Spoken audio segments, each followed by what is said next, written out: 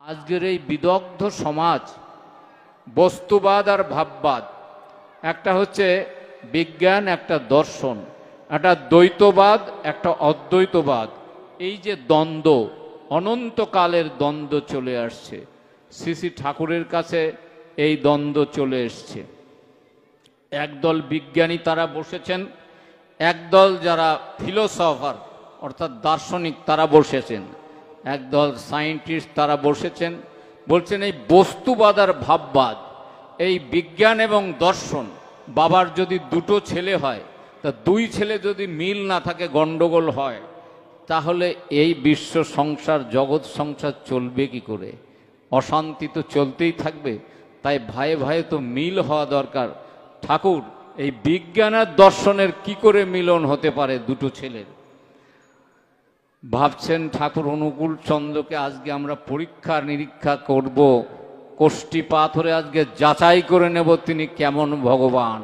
যা অনন্তকালের প্রশ্ন, যার সমাধান হয়নি, দেখি আজকে তিনি কি বলেন, তিনি কিসের ভগবান, কিসের ঈশ্বর জানি না, তবে এই প্রশ্নের তিনি যদি উত্তর দিতে পারেন তবে বুঝবো যে তিনি আপডেটেড মানুষ। শ্রী শ্রী ঠাকুর অনুকূল চন্দ্র এদের কথা শুনে দূরে তাকিয়ে আছেন। কিছু দূরে দেখছেন যে চড়াই পাখিগুলো এই খড়কুটো কুড়িয়ে নিয়ে গিয়ে একটা দালান ঘরের ফাটলে সেখানে তার বাসা তৈরি করছে। ঘুঘু পাখিরা তাদের সমস্ত খড়কুটো নিয়ে গিয়ে একটা কাঁঠাল গাছের মাথার মগডালে একটা জায়গায়, নিরাপদ জায়গায় বাসা বাঁধছে। ঠাকুর এইগুলো দেখছেন, আর এরা ভাবছে ঠাকুর অনুকূল চন্দ্র আজকে আমাদের প্রশ্নের উত্তর দিতে আজ খেয়ে হারিয়ে ফেলেছেন, তিনি পাজলড হয়ে গিয়েছেন, আজকে ভগবানগিরি ঈশ্বরগিরি ছুটিয়ে যাবে, এইরকম তারা ভাবছেন। হাসি ঠাট্টা তমসা এরকম একটা তাদের মধ্যে তৈরি হচ্ছে।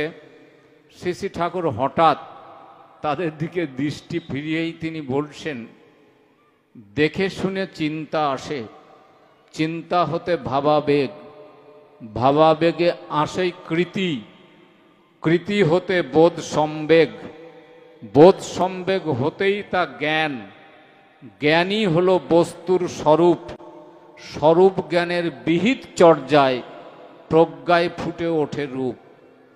আমি একটা বাড়ি গেলাম, দেখে তার ঘরটর সমস্ত বেডরুম, কিচেন ইত্যাদি সমস্ত নকশা, তার ঠাকুর ঘর সব দেখে আমার খুব ভালো লাগলো। তাহলে ওই যে চিন্তাটা আমার মাথার মধ্যে থাকলো যে এই রকম একটা বাড়ি করতে পারলে ভালো হয়। তাহলে এই যে চিন্তাটা, ছাপটা আমার মাথার মধ্যে থাকলো, আমার মাথার খুলি যদি ভেঙে চুড়ে অপটিক, অলফ্যাক্টরি, ভেগাস, গ্লোসোফেরিঞ্জিয়াল, অকুলোমিটার, টাইজেমিনাল, টকডিয়া, অ্যাবডুসেন্স যদি সমস্ত খোঁজ করতে শুরু করা যায়, কোথায় আমার চিন্তাটা আছে আজও বিজ্ঞানের 14 পুরুষেরও সাধ্য নাই যে সেখানে তা ধরতে পারে। তাহলে এটা হচ্ছে ভাবের এবং মনের ব্যাপার। তাহলে দেখে শুনে সেই ভাব বা মনের চিন্তাটা আমার মাথার মধ্যে আছে, সেই চিন্তা অনুযায়ী আমি বাড়িতে গিয়ে ওইভাবে ছক তৈরি করে ঘর বাড়ি তৈরি করলাম।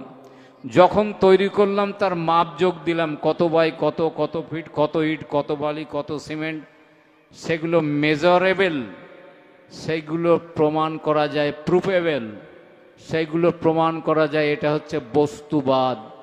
আর আমি যে মাথায় করে চিন্তা করে নিয়ে গেছি, এটা হচ্ছে ভাববাদ। আমি আজ এখানে সৎসঙ্গে এসেছি, তাহলে আমার এই শরীরটা এসেছে আর ভেতরে আমার মনটা এসেছে।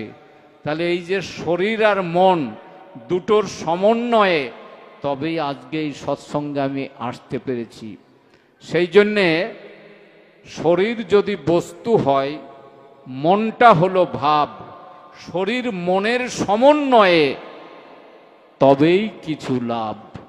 বস্তুবাদী যারা কিন্তু আধ্যাত্মবাদী তারা হয়, বস্তু জানে, বস্তুর গতি জানে না, ও জ্ঞানে কিন্তু পূর্ণ নয়।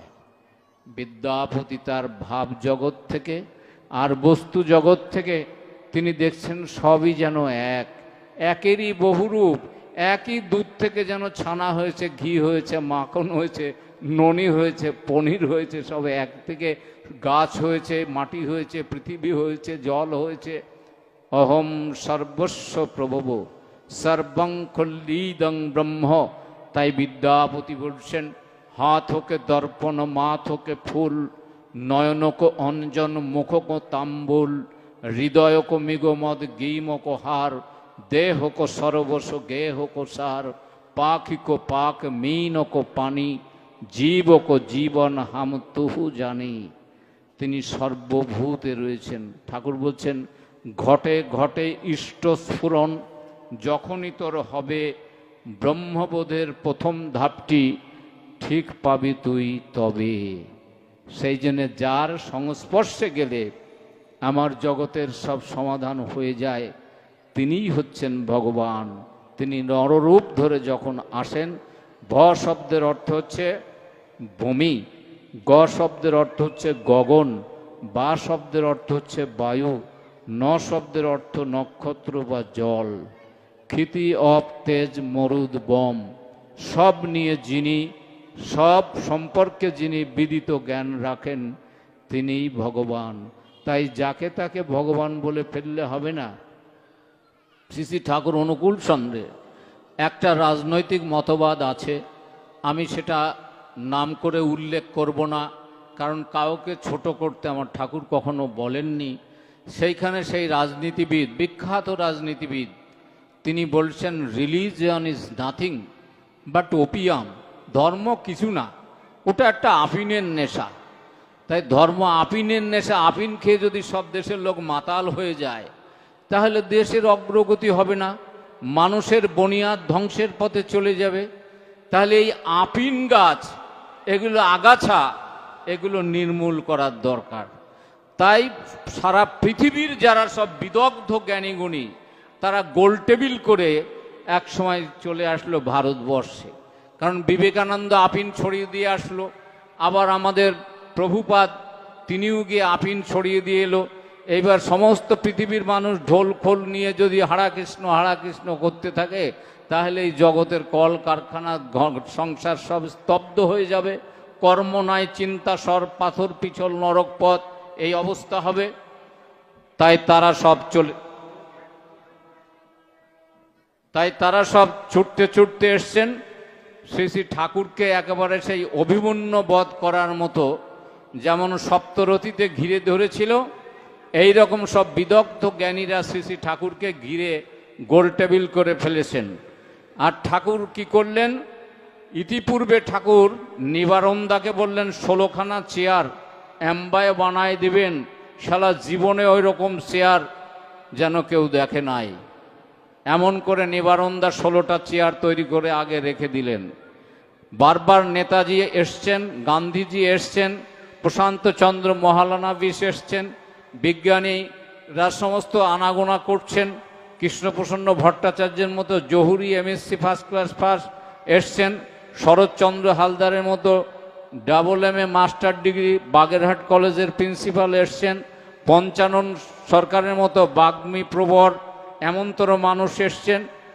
ঠাকুর আসলেই সবাই মনে করছে এর জন্য ওই চেয়ারগুলো নিয়ে আসলে ভালো হয়, এসব বিশেষ বিশেষ লোক। ঠাকুর বলছেন, না না, ওয়ের জন্য লোক আসবে না, অর্থাৎ ওই 16টা চেয়ারের জন্য লোক আসবে, তার জন্য আলাদা, ঠিক আছে।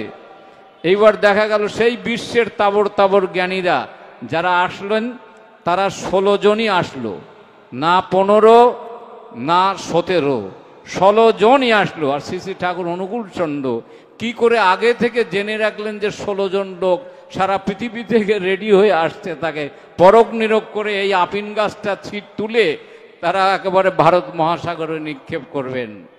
তা তারা এসে এক এক করে জিজ্ঞেস করেছেন, what is the definition of mathematics? Thakur উত্তর দিয়েছেন, methodical applications of matters, that is mathematics. ঠাকুরকে জিজ্ঞেস করেছেন, what is the definition of education? Shri Shri Thakur উত্তর দিয়েছেন, education in its real form is to unfold the characteristics faculties that are latent within by attachment to an ideal. বলেছেন, systematic organization for habits instinct for the purpose of fulfilling the becoming of life by a graduated active manipulation of behavior may be called education. What is the definition of fortune? সৌভাগ্যের সংজ্ঞা শ্রী ঠাকুর বলছেন, a man can tune event and environment in favor of his existence, that may be a man of fortune. একজন bioscientist জিজ্ঞেস করছেন, what is the definition of cell? Thakur উত্তর দিচ্ছেন, energizing protoplasmic origin that evolves into the being with the effect of response, the becoming of life, that is called cell. একজন ঐতিহাসিক তিনি জিজ্ঞেস করছেন, what is the definition of history? Thakur উত্তর দিচ্ছেন, history enumerates that which is evolve from tradition. ইতিহাস তাই যা ঐতিহ্যকে বিকশিত করে। তাহলে এই এতগুলো শেয়াল পণ্ডিত সব আসলো, তা শেয়ালরা মনে করে বনের সবচেয়ে ধূর্ত, তারা মনে করে সবার মাংস খাবো। তাই একদিন সব শেয়াল মিলে যুক্ত করে তারা একটু হাতির মাংস খেতে গেল। তাহলে এই সব শেয়ালে যুক্তি করে তারা কি করলো না, হাতির মাংস খেতে গেল। তাই 7 শেয়ালে যুক্তি করে মারতে গেল হাতি, আর লাথি খেয়ে সব ছিটকে গেল, ভাঙলো বুকের ছাতি। এ হচ্ছে ঠাকুর অনুকূল চন্দ্র, মানুষের লাগি জাগ্রত যিনি বিনিদ্র অতন্দ্র। তার যে নাম তিনি দিয়েছেন, বলছেন, name is a mechanical composition of vibration that which may creation is create. নাম হচ্ছে শব্দের যান্ত্রিক এমন একটা সংগঠিত রূপ, যা জপ তপ করলে মানুষের মস্তিষ্কের এই যে ক্রেনিয়াল নার্ভাস সিস্টেম টিউন হয়ে যায়, আর তারপরে মেলাটোনিন হরমোন সিক্রিয়েশন হয়, আর তারপরে মস্তিষ্কের উর্বরতা বেড়ে যায়, দক্ষতা বেড়ে যায়, প্রেজেন্স অফ মাইন্ড বেড়ে যায়। তাই তিনি বলছেন, keep yourself awake, wait eagerly, wistfully, with enchanted earnestness, bliss may come, smile may bloom, fate may unfold. পৃথিবীর এত বড় কোনো বিদগ্ধ ডক্টরের ডিলিট যত যাই কিছু তার কাছে আসুক না কেন, সব তুবড়িবাজির মতো উড়ে গেছে। তাই তিনি মানুষের দেশে ভগবান রূপে আজকে তিনি প্রতীয়মান হয়েছে। তাই তাকে মাপজপ করতে গেলে সে কি অহংকারে যদি আমরা দূরে থাকি জানা যাবে না। তাহলে তাকে না মানলে, অনুসরণ না করলে তাকে জানা যায় না। এই দাদারা বসে আছেন, ওনাকে যদি আমি অনুসরণ করে করে ওনার সাথে চলতে থাকি, ওনার যদি আমি সেবা দিতে থাকি, ভালোবাসা দিতে থাকি, তার আমার বিশ্বাস আত্মপ্রত্যয় যদি তাকে মুগ্ধ করে, তখন সে বলে যে, জানো আমার তুলসী তলায় না আমার 7 ঘরা সোনার মোহর পোতা আছে, আমার না ওই ব্যাংকে এত, ওই ব্যাংকে এত, ওইখানে এত বাড়ি। এই যে তার বিভূতি, তার ক্ষমতা কি এমনি বলবেন? বলেন না, বলার সিস্টেম আছে। ডাক্তার এসছিলেন আমার এই সুরজ দা, এই ডাক্তার এসছেন, ডাক্তার কি সবার হাত ধরে ধরে রোগ দেখে দেখে ওষুধ দিল? তার দেয় না, তার সিস্টেম আছে।